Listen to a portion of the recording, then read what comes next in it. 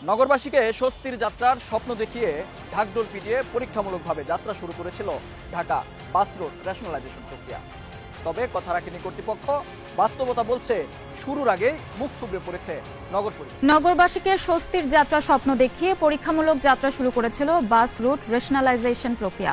বাস্তবতা হলো এত ঢাকঢোল পিটিয়েও কথা রাখতে পারেনি কর্তৃপক্ষ। শুরুর আগেই মুখ থুবড়ে পড়েছে এই নগর পরিবহন। নগর পরিবহন এখন স্টেট ইউনিভার্সিটির গাড়ি হয়েছে।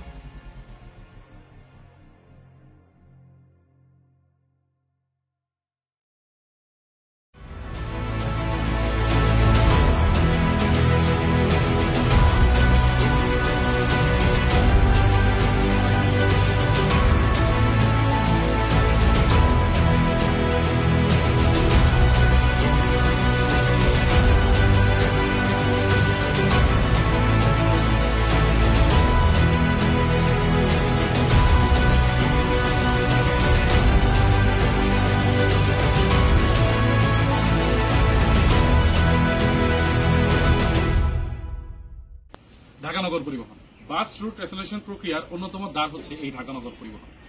প্রয়াত মেয়র আনিসুল হকের দেখানোর স্বপ্ন ছিল যে পুরো ঢাকা শহর একটা সিস্টেমের মাধ্যমে অবশ্যই একটা মাত্র বাসের সার্ভিসের মাধ্যমে ঢাকা শহরে চলবে, এবং তার মারা যাওয়ার পরে এই প্রসেসটা অনেকদিন পর্যন্ত বন্ধ ছিল, আপনারা অনেকেই জানেন। কিন্তু এরপরে রিসেন্টলি আমরা দেখেছি যে প্রায় 8 থেকে 2 বছর আগে যখন ঢাকা শহরের 2 সিটি মেয়র তারা তাদের নিজ উদ্যোগে পরবর্তীতে ঢাকা শহরে তারা চালু করেন ঢাকা নগর পরিবহন। এই ঢাকা নগর পরিবহনের বাসগুলো আমার পেছনে আপনার রয়েছে, এবং আপনারা অনেকেই জানেন যে ঢাকা নগর পরিবহনের বাসগুলো অনেক ঢাকঢোল করে আসলে যাত্রা শুরু করে, কিন্তু পরবর্তীতে আসলে বিভিন্ন ধরনের বাধার সম্মুখীন হয়ে ঢাকা নগর পরিবহন বন্ধ হয়ে যায়, ঢাকা নগর পরিবহন সার্ভিস দিতে পারে না। তাহলে ঢাকার নগর পরিবহনের আসলে সমস্যাটা কি হয়েছিল? আমার পেছনে ঢাকা নগর পরিবহনের যে বাসগুলো রয়েছে সেগুলো হচ্ছে হানিফ এন্টারপ্রাইজের নিজস্ব বাসগুলো। হানিফ এন্টারপ্রাইজকে দেওয়া হয়েছিল 22 নম্বর এবং 26 নম্বর রুট, এবং এই দুটো রুটে হানিফ এন্টারপ্রাইজ টাটা এলপি পণ্যবারা যে চেসগুলো রয়েছে সেই চেসগুলোর মাধ্যমে এই তাদের হচ্ছে যেই বাসগুলো তাদের মাধ্যমে তার ঢাকা নগর পরিবহনে সেবারে যাত্রা শুরু করে। কিন্তু ঢাকা নগর পরিবহনের যাত্রা শুরু করার 1 থেকে 1.5 বছরের পরে ঢাকা নগর পরিবহনের সবগুলো বাস কিন্তু বন্ধ হয়ে যায়। এবার আসি ঢাকা নগর পরিবহন কেন বন্ধ হয়ে যায় এবং বন্ধ হওয়ার মেইন রিজনটা কি? বন্ধ হওয়ার অন্যতম রিজন হচ্ছে ঢাকা নগর পরিবহনকে যেই রুটটা দেওয়া হয়, হানিফ এন্টারপ্রাইজের এই বাসগুলোকে যেই রুটটা দেওয়া হয় সেই রুটে কথা ছিল যে শুধুমাত্র হানিফ এন্টারপ্রাইজের ব্যবসা করবে। কিন্তু দিন শেষে যেটা দেখা যায় যে অন্যান্য যে বাস পরিবহনগুলো ছিল সেগুলোর মালিকের দৌরাত্মের কারণে পরবর্তীতে এই বাসটি বন্ধ হয়ে যেতে বাধ্য হয়। এই রুটের বাসগুলো টিকতে পারেনি এবং যাত্রী সংকটের কারণে পরবর্তীতে এই বাসগুলো ডিপোতে পড়েছিল। লম্বা সময় যখন ডিপোতে পড়েছিল তারপরে হঠাৎ করে এই বাসগুলো ঢাকা শহরে নগরীতে আবার দাপিয়ে চলতে দেখা যায়। এরপরেই জনগণের মনে একটা প্রশ্ন তৈরি হয় যে এই ঢাকা নগর পরিবহনের বাসগুলো আসলে কারা নিয়েছে, কোন রুটে চলতেছে, কেন চলতেছে, অনেক ধরনের সমস্যা। এবার আসি ঢাকা নগর পরিবহনের বাসগুলো আসলে বর্তমানে কোথায় আছে সেটা নিয়ে যদি আমি একটু কথা বলি। আপনারা দেখতে পাচ্ছেন যে আমার ঢাকা নগর পরিবহন পিছনে যে বাসগুলো রয়েছে, আপনি যদি একটু ভালো করে দেখেন যে প্রত্যেকটা বাসের পেছনে কিন্তু ব্যানার রয়েছে, আপনি দেখতে পাচ্ছেন। এবং ব্যানারটা হচ্ছে স্টেট ইউনিভার্সিটি অফ বাংলাদেশ, অর্থাৎ আমি বর্তমানে আছি স্টেট ইউনিভার্সিটি অফ বাংলাদেশের ক্যাম্পাসে, এবং এই বেসরকারি বিশ্ববিদ্যালয়ের আন্ডারে তারা পরবর্তীতে এই বাসগুলো এখন বর্তমানে তাদের সার্ভিসে দিচ্ছে। এখন অনেকে প্রশ্ন করছে যে স্টেট ইউনিভার্সিটি অফ বাংলাদেশ অর্থাৎ এই বেসরকারি বিশ্ববিদ্যালয়টি আসলে এই বাসগুলোকে কিনে নিয়েছে কিনা।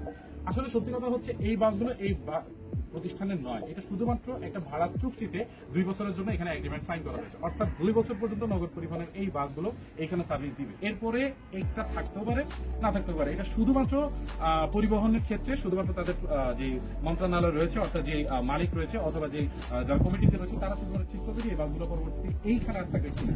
আপাতত আগামী 2 বছরের চুক্তিতে এই বাসগুলো এই ভার্সিটির স্টুডেন্ট আন্দোলন করতেছে, এবং প্রায় 8টি থেকে 9টি রুটে এই বাসগুলো চলাচল করতেছে এখানে। ঢাকা নগর পরিবহনের বাসের সংখ্যা ছিল প্রায় 50টির বেশি হানিফ এন্টারপ্রাইজ, যেগুলো বডি তৈরি করছিল অভি মোটরস থেকে। এবং আপনারা দেখেন আমার পিছনে প্রায় 20 ইউনিটের মতো বাস এইখানে অ্যাভেলেবল রয়েছে, এবং 20 ইউনিটের পরে বাকিগুলো এখনো পর্যন্ত পাম্পে ডাম্প অবস্থায় রয়েছে, যেগুলো কোন প্রকার ভাড়াও চলতেছে না এবং যেগুলো কোনো প্রকার সার্ভিসও নেই। সেখান থেকে 20 ইউনিট আপাতত এখানে আছে এবং 20 ইউনিট এখান থেকে সার্ভিস দিচ্ছে প্রতিনিয়ত। এখন প্রশ্নটা হচ্ছে যে এই বাসগুলোর ক্ষেত্রে এখন তাদের সুবিধাভোগী কারা, সাধারণ জনগণকে এই বাসগুলো কেন চড়তে পারবে কিনা। মোদ্দা কথা হচ্ছে যেহেতু ঢাকা নগর পরিবহনের 22 এবং 26 নম্বর রুট অলরেডি বন্ধ হয়ে গেছে, অন্যান্য যে পরিবহনগুলো সেগুলো আপনারা অলরেডি টিভি চ্যানেলে দেখেছেন, সেই জিনিসগুলোর কারণে আসলে এই বাসগুলো আর মানে রাস্তায় আসতে পারবে কিনা এটা কোনো ঠিক ঠিকানা নাই। এবং আগামী 2 বছর পর্যন্ত যেহেতু এগ্রিমেন্টে এখানে সিগনেচার করা আছে, সুতরাং আশা করা যায় যে 2 বছর পর্যন্ত এই বাসগুলো এখানেই থাকবে। এরপরে হয়তোবা এই প্রতিষ্ঠানটা যদি চেষ্টা করে তারা হয়তো বাসগুলোকে ছেড়ে দিতে পারে, নগর পরিবহন হয়তো নতুন করে আবার শুরু করতে পারে, আদারওয়াইজ এই বাসগুলো অন্য কোনো প্রতিষ্ঠানে হয়ে যেতে পারে। সুতরাং এই পুরো ব্যাপারটা শুধুমাত্র ডিপেন্ড করবে সময়ের উপরে। এখন আমি আপনাদেরকে দেখাবো এই বাসের যে মেকানিক্যাল ডিটেলস গুলো, সেটা আমি আপনাকে বাসের ভেতরে উঠে দেখাবো এবং বলবো যে এই বাসের চেসিস স্পেসিফিকেশন এবং তার পাশাপাশি এই বাসগুলো কোন জায়গা থেকে ইম্পোর্ট করা হয়েছে, বাসগুলোর প্রাইস কেমন পড়তে পারে। ঢাকা নগর পরিবহনের এই চেসিস গুলো নিয়ে যদি এবার আমি একটু কথা বলি, তাহলে আপনারা জানেন যে ঢাকা নগর পরিবহনের এই চেসিস গুলো কিন্তু ঢাকা সিটির অন্যান্য যে বাসগুলো রয়েছে সেই বাসগুলো চেসিসটা কিন্তু যথেষ্ট পরিমাণ আপডেটেড। টাচা চেসিস বললে সাধারণত আমাদের সবার মধ্যে কিন্তু একটা সংখ্যা তৈরি হয় যে এই বাসগুলো আসলে কতটুকু ভালো হবে বা কতটা এফোর্ডেবল হবে অথবা কতটুকু আমাদের জন্য ইফেক্টিভ হবে সেটা নেই। কিন্তু সেই অনুপাতে আমরা যেটা দেখেছি যে ঢাকা নগর পরিবহনের হানিফ যেই কোচগুলো অর্থাৎ যে বাসগুলো এখানে ব্যবহার করেছে সেটা সিটি হিসেবে যথেষ্ট ভালো। আপনারা জানেন যে টাটার বহুল আলোচিত চেসিস টাটা এলপিও 15-12 যে চেসিসটা রয়েছে সেটা হচ্ছে যে এই বাসগুলোতে ব্যবহার করা হয়েছে, যেটা ইন্ডিয়াতে বহুল প্রচলিত একটা চেসিস। এবং এই চেসিসের মাধ্যমে সাধারণত যে জিনিসটা করা হয় যে সেটা হচ্ছে হানিফ পরিবহন এই বাসগুলোকে নিয়েছে এবং সেগুলো ইম্পোর্ট করার মাধ্যমে এগুলোর উপর হানিফ নিজে ওবি মোটরস থেকে বডি করার মাধ্যমে পরবর্তীতে এগুলোকে সার্ভিসে দিয়েছে। সুতরাং এখন যদি আমি এই বাসটা চেসিসটা নিয়ে কথা বলি তাহলে অলরেডি আমি বাসে বসে আছি এবং তার পাশাপাশি যদি আমি এটা নিয়ে কথা বলি যে আপনারা খুব সহজেই জানেন যে এই বাসটার যে ইঞ্জিনটা সেটা আপনারা জানেন যে এটা একটা 6 সিলিন্ডার ইঞ্জিন এবং এটা হচ্ছে 5883 সিসির ইঞ্জিন অর্থাৎ প্রায় 5.8 লিটার ইঞ্জিন। তার পাশাপাশি এই ইঞ্জিনের ক্ষেত্রে আপনি সর্বোচ্চ হর্স পাওয়ার পেয়ে যান হচ্ছে 135 হর্স পাওয়ার, যেটা ঢাকা শহরের বলতে গেলে যে চেসিস অনুপাতে ঢাকা শহরে যে সিটি চেসিস গুলো রয়েছে সেগুলোর মধ্যে কিন্তু যথেষ্ট বেশি। এবং তার পাশাপাশি 135 হর্স পাওয়ারের পাশাপাশি যদি আপনি আরো দেখেন যে এটার যে লেন্থটা সেটা নিয়ে যদি আমি একটু কথা বলি তাহলে এটা প্রায় 11,100 মিলিমিটারের মতো এবং এটা যে ওয়েটটা সেটা হচ্ছে প্রায় 16,000 কেজির মতো। তার পাশাপাশি এই চেসিসটার ক্ষেত্রে আরেকটা এক্সেপশন হচ্ছে এটার যেই গ্রাউন্ড ক্লিয়ারেন্সটা এটা যে কোনো ধরনের ইন্টারসিটির সকল চেসিস থেকে সম্পূর্ণরূপে আলাদা এবং সব থেকে বেশি। তার পাশাপাশি 41 সিট রয়েছে এটার এই কোচটাতে, অর্থাৎ এই বাসটাতে আপনার 41টা সিট পেয়ে যাবে। নগর পরিবহনের এই বাসগুলোর ক্ষেত্রে হানিফ যতটা পরিমাণ এফোর্ট দেওয়া যায় ততটুকু পরিমাণ এফোর্ট দিয়েছে, ততটুকু এফোর্ট দিয়ে এই বাসগুলোকে ডিজাইন করা হয়েছে। এবার আমরা এই বাসের যে ইন্টেরিয়রটা সেটা দেখাবো। ঢাকা নগর পরিবহনের এই বাসগুলোর ক্ষেত্রে যদি এখন আমি ইন্টেরিয়রটা আপনাদের দেখাই যে এটা যথেষ্ট পরিমাণ হানিফ সাধারণত চেষ্টা করেছে ওবি মোটরস এটাকে একটা প্রিমিয়াম লুক দেওয়ার জন্য, আপনারা অবশ্যই জিনিসটা দেখেন। এখন যদি আমি আপনাদেরকে একটু ভালো করে ইন্টেরিয়রটা দেখাই তাহলে কিন্তু আপনারা জিনিসটা বুঝতে পারবেন। সেটা হচ্ছে আমি আপনাদেরকে যদি শুরু থেকে ইন্টেরিয়রটা দেখানোর চেষ্টা করি যে এখানে মোটামুটি 41টা সিট আছে, আপনারা কিন্তু খুব ভালো করে জানেন যে এখানে 41টা সিট আছে এবং প্রত্যেকটা সিটের পেছনে আপনারা দেখতে পাচ্ছেন যে ওবি মোটরস এর নিজস্ব যেই খোদাই করা যে অংশটা রয়েছে সেটা দিয়ে আপনারা বুঝতে পারেন। তার পাশাপাশি নগর পরিবহনের বাসগুলোর মধ্যে যে সিট কম্বিনেশনটা দেওয়া হয়েছে মোটামুটি এটা একটা সিটি বাস চেসিস হিসাবে যে পরিমাণ সিট কম্বিনেশনটা আছে অর্থাৎ ফেব্রিকেশনটা আছে সেটা যথেষ্ট পরিমাণ ভালো। এবং তার পাশাপাশি আপনারা যদি এটার এক্সটেরিয়র গুলো একটু ইন্টেরিয়রের বাকি অংশটা দেখেন যে সবটা জায়গায় কিন্তু প্রিমিয়াম লেদার ইউজ করা হয়েছে, যতটুকু পরিমাণ সম্ভব হয়েছে প্রিমিয়াম লেদার করে এই বাসগুলো ইউজ করা হয়েছে, সব জায়গাটা প্রিমিয়াম লেদার ইউজ করা হয়েছে। এবার আসি নগর পরিবহনের যে ড্যাশবোর্ডটা নিয়ে সেটা যদি আমি একটু কথা বলি, আপনার ড্যাশবোর্ডের দিকে তাকালে দেখবেন 1J থেকে তুলনামূলক একটু আলাদা ড্যাশবোর্ড হচ্ছে নগর পরিবহনের এই টাটা এলপিও 15-12 চেসিস গুলোর ক্ষেত্রে। যেমন এই চেসিসটার ক্ষেত্রে যদি আপনি দেখেন যে ডান পাশের ক্ষেত্রে সাধারণত স্পিডোমিটারটা দেওয়া হয়েছে এবং এটা স্পিডোমিটারের সর্বোচ্চ স্পিড দেওয়া হয়েছে 140 কিলোমিটার, কিন্তু এখন পর্যন্ত নগর পরিবহনের এই বাসগুলো 120 কি 125 পর্যন্ত সর্বোচ্চ স্পিড ঢাকা শহরের মধ্যে 300 ফিট রাস্তায় সর্বোচ্চ পরিমাণ স্পিড গেইন করেছে। তার পাশাপাশি যদি আপনি দেখেন যে এখানে দুটো এয়ার বারের ক্ষেত্রে দুটো হচ্ছে মিটার রয়েছে এবং তার পাশাপাশি টেম্পারেচার মিটার রয়েছে এবং মাঝ বরাবর হচ্ছে লোগোটা রয়েছে, অর্থাৎ টাটা যে লোগোটা অফিসিয়াল লোগো সেটা রয়েছে। এর পাশাপাশি টেম্পারেচার মিটারের পাশেই দেখবেন যে আপনার একটা ফুয়েল মিটার রয়েছে, অর্থাৎ এখানে যে ফুয়েল ট্যাঙ্কটা রয়েছে সেটা যে মিটারটা তেলের এই মিটারটা রয়েছে। তার পাশাপাশি আরেকটা এয়ার বারের মিটারটা রয়েছে এবং একদম বাম পাশে যে বড় আরেকটা মিটার রয়েছে স্পিডোমিটারের মতো সেটা হচ্ছে মেইনলি আরপিএম মিটার এবং আরপিএম মিটার এই মিটারটা হচ্ছে ঠিক দেখতে স্পিডোমিটারের মতো এবং এখানে প্রায় 4000-এর মতো আরপিএম দেওয়া রয়েছে। আপনারা অবশ্যই জানেন যে 2500 আরপিএম এ কিন্তু এটা সর্বোচ্চ ম্যাক্সিমাম যে আউটপুটটা অর্থাৎ 135 মতো হর্স পাওয়ার পাওয়া যেতে পারে। তো এখন আমি হচ্ছে আপনাদেরকে টাটা এলপিও 15-12 যে চেসিসটা রয়েছে এটার ইঞ্জিন সাউন্ডটা সাধারণত 1J থেকে আলাদা, আপনারা জানেন। এবার সেই ইঞ্জিন সাউন্ডটা আমি আপনাদেরকে দেখাবো যে ইঞ্জিন সাউন্ডটা কতটুকু পরিমাণ আলাদা।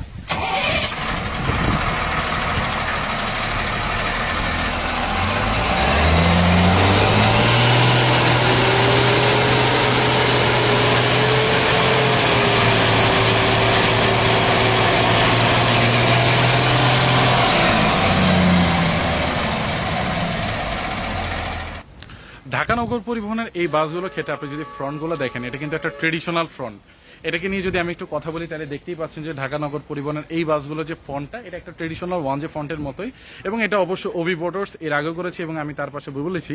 এবং সব থেকে মজার ব্যাপারটা হচ্ছে ঢাকা নগর পরিবহনের এই বাসগুলো যে ব্যাগটা, সেটা যদি আপনি একটু ভালো করে দেখেন যে এই ব্যাগটা কিন্তু আপনাদের অনেকে চেনা পরিচিত ব্যাগ, এবং এটা জানেন যে বাংলাদেশ আসলে হানিফ 2017 সালে যখন RN285 বাংলাদেশের সর্বপ্রথম ইম্পোর্ট করে, তখন RN285 এর মধ্যে আমরা এই ধরনের ব্যাগগুলো দেখেছিলাম, এবং এই ব্যাগটা হানিফ তখন থেকে ওইখান থেকে নিয়ে এই হানিফের ব্যাগগুলো এখানে ইউজ করা হয়েছে, এবং যার কারণে সিটি বাসের মধ্যে এই বাসগুলো যথেষ্ট পরিমাণ ফ্রন্টে এবং ব্যাকে সব দিক থেকে খুব বেশি পরিমাণ অ্যাট্রাক্টিভ লাগে।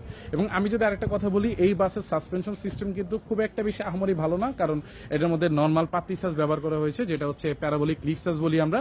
এর পাশাপাশি এই বাসটা যদি আমি খরচের কথা বলি যে পার ইউনিট খরচ কেমন পড়তে পারে, অনেকে জিজ্ঞেস করেছেন যে ভাই এটার পার ইউনিট খরচ কেমন পড়ে। এটার পার ইউনিট খরচ পড়তে পারে প্রায় অলমোস্ট 20 থেকে 22 লাখের মতো, কারণ এটার যে অফিসিয়াল চেসিস তার মূল্য প্রায় 15 লাখের আশেপাশে, এবং বডি সহকারে মোটামুটি এটা 20-22 অথবা সর্বোচ্চ হলে 30 লাখের মতো হতে পারে। এর মধ্যে মোটামুটি টাটা চেসিসের এই বাসগুলো তৈরি করে ফেলা সম্ভব। তবে ট্রেডিশনাল যে ওইগুলো ছিল, অর্থাৎ আপনারা জানেন যে কলকাতা রুটে, অর্থাৎ ঢাকা কলকাতা ইন্ডিয়ার কলকাতাতে কিন্তু এই বাসগুলো যে বডিটা সেটা যথেষ্ট পরিমাণ বোরিং এবং ওল্ড শেপের, কিন্তু এইখানে যে বাসগুলো আমরা দেখতে পাচ্ছি যে হানিফের যে প্রত্যেকটা বাসগুলোরই সেম মডেল, অর্থাৎ সেম শেপ করা হয়েছে, এবং তারপর সেম কালার গ্রেড করা হয়েছে। আপনি যদি দেখেন সেম কালার গ্রেডে এই বাসগুলোকে ডিজাইন করা হয়েছে। সো এই হচ্ছে কোচটা, এটা একটু ভালো করে আপনাদেরকে কিছু জিনিস ডিটেলে দেখাচ্ছি। যেমন এটা হচ্ছে সেই ট্রেডিশনাল যে ফ্রন্টটা, এখানে দুইটা হেডলাইট ইউজ করা হয়েছে, আপনি দেখতে পাচ্ছেন দুইটা হেডলাইট আছে। একটা হেডলাইট সাধারণত লো বিমের কাজ করে, একটা হাই বিম, তার সাথে একটা ইন্ডিকেটর আছে, এবং তার নিচে কিন্তু ফগ লাইটটাও আছে, দেখতে পাচ্ছেন এই যে এটা হচ্ছে ফগ লাইট। এখানে রেজিস্ট্রেশন নাম্বারটা আছে, এবং সবথেকে বড় কথা হানিফে যে কাজটা করে ঠিক এইখানে একটা লোগো ইউজ করে। এই লোগোটা ঠিক ভলভো থেকে নেওয়া, অর্থাৎ অ্যাকচুয়ালি এখানে আমরা ভলভো কোচে এইটা দেখতাম যে এখানে ভলভো লেখাটা থাকতো, বাট হানিফ এটা পরবর্তীতে ওভিতে কনভার্ট করছে, এবং এখানে ইঞ্জিনের গ্রিলটা দেওয়া আছে যেটার জন্য বাতাসটা এটার মধ্যে ঢোকে, এবং একটা ট্রেডিশনাল ফ্রন্ট যেটা আমরা জানি যে 1Z সবচেয়ে কমন। তার পাশাপাশি গ্লাসটা দেখতে পাচ্ছেন, ওয়াইপার একটাই, এবং ওয়াইপারটা হচ্ছে একদম ক্যাজুয়াল সিস্টেম ওয়াইপার, যেরকমটা সাধারণত আমরা গাড়িতে দেখে থাকি ওরকম। স্ট্যান্ডার্ড কোচের মেনটেন করা হয় না এখানে। আর আরভিএমগুলো যদি দেখেন, মোটামুটি 1Z'র মতো আরভিএমগুলো দেওয়া হয়েছে, আরভিএমগুলো দেখতে পারতেছেন। এরপরে হচ্ছে সেই রিমটা, আচ্ছা এটা হচ্ছে এয়ার ফিল্টারের জায়গাটা, অবশ্যই বুঝতে পারতেছেন, এবং এইখানে হচ্ছে চাকা, এইটা হচ্ছে রিম, যেটা হচ্ছে অ্যাকচুয়াল টাটার, এবং এখানে 8টা বোল্ট আছে এবং 8টা রিম ক্যাপ আছে।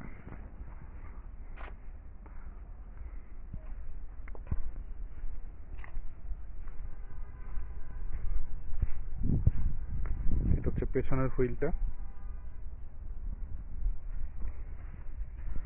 এর মধ্যে হচ্ছে টাটার ট্রেডিশনাল যে লোগোটা দেওয়া আছে, অফিসিয়াল লোগো আর কি। চাকাটা বেশ পুরনো হয়ে গেছে, চাকাটার কন্ডিশনই বলতেছে চাকাটা বেশ পুরনো, এবং এটা যে বডিটা ফাইবার বডি, সাউন্ডেই বোঝা যাচ্ছে ফাইবার বডি। এখানে ঢাকা নগর পরিবহনের সেই সুন্দর একটা কারুকাজ আছে, এবং এখানে যে গ্লাসগুলো, এই গ্লাসগুলো হচ্ছে আফতাবিয়ান গ্লাসগুলো এখানে ব্যবহার করা হয়েছে। এবার যদি পিছনে আসি, এগুলো হচ্ছে টেল লাইট, যেটা আগেই বলেছি SKS এর আমরা দেখেছিলাম, RN285 এর সর্বপ্রথম আসছিল, এবং এটা হচ্ছে সে রেড লাইটটা, এটা ইন্ডিকেটর, এবং এটা আরেকটা রেড লাইট, এবং এটা হচ্ছে আপনার রিভার্স লাইট, যখন রিভার্সের তখন। এবং সবথেকে বড় কথা, এই ডিজাইনটা হচ্ছে দেওয়া হয়েছে। নর্মালি সাধারণত এখানে এসি কম্বাসশন থাকে, এসিটা এখানে থাকে, বাট এটা তো non AC bus, so AC নেই, এবং ওইখানে একটা ক্যামেরা আছে, ওইখানে একটা দেখতে পাচ্ছেন, এবং এখানে বড় করে টাটার একটা সাইন দেওয়া, অফিসিয়াল লোগো।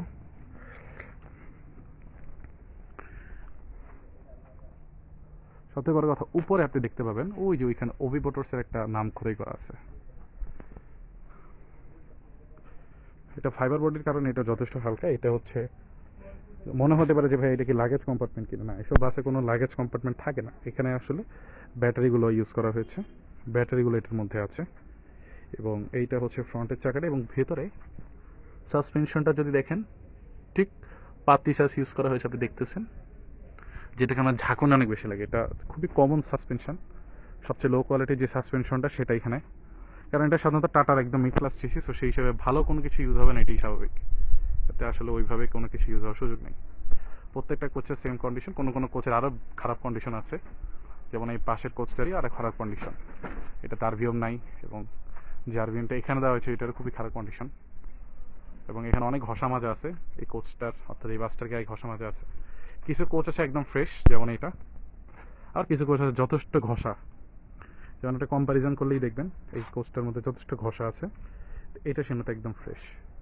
সো এটা ডিপেন্ডস। কোচে উঠলেই এখানে দুইটা স্টেপ পাওয়া যাবে, ইঞ্জিন লোকেশনের উপরে এখানে দুইটা স্টেপ দেওয়া আছে। 2 স্টেপ উপরে উঠলেই আপনি এখানে ড্যাশবোর্ডটা পাবেন, এবং সিটগুলো এখানে দেখা যাচ্ছে। সিটের নিচে ওবি লেখা আছে, কয়েকটা জায়গায় ওবি লেখা আছে, এখানে ওবি লেখা আছে, এখানে ওবি লেখা আছে। এটার বডি যে আসলে ওবি থেকে করা দেখলেই বোঝা যাচ্ছে।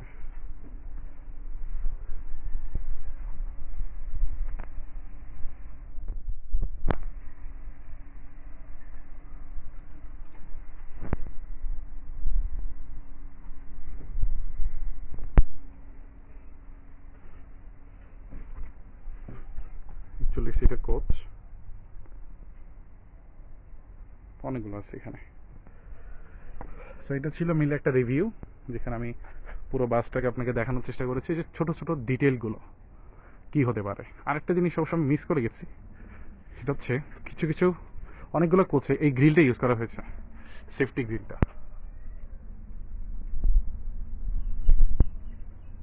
দেখতে পাচ্ছেন এইবারে সেফটি গ্রিলটা ইউজ করা হয়েছে, যেটা সাধারণত আমাদের দেশে দূরপাল্লার কোচগুলোতে ব্যবহার হয়। এই হচ্ছে মোটামুটি কোচগুলোর ফ্রন্ট ভিউ এবং রিভিউটা। মোটামুটি আলহামদুলিল্লাহ ভালো। সুতরাং ঢাকা নগর পরিবহন কি ফিরে আসার কোনো সম্ভাবনা আছে? ঢাকা নগর পরিবহন কি আদৌ ফিরবে? এটা শুধুমাত্র সময়ের অপেক্ষা। তবে ঢাকা নগর পরিবহন যেহেতু এখন এই বেসরকারি প্রতিষ্ঠানের কাছে ভাড়ায় চলছে, সুতরাং কবে নাগাদ এটা আসলে রোডে ফিরতে পারবে এটা শুধুমাত্র সময়ের অপেক্ষা।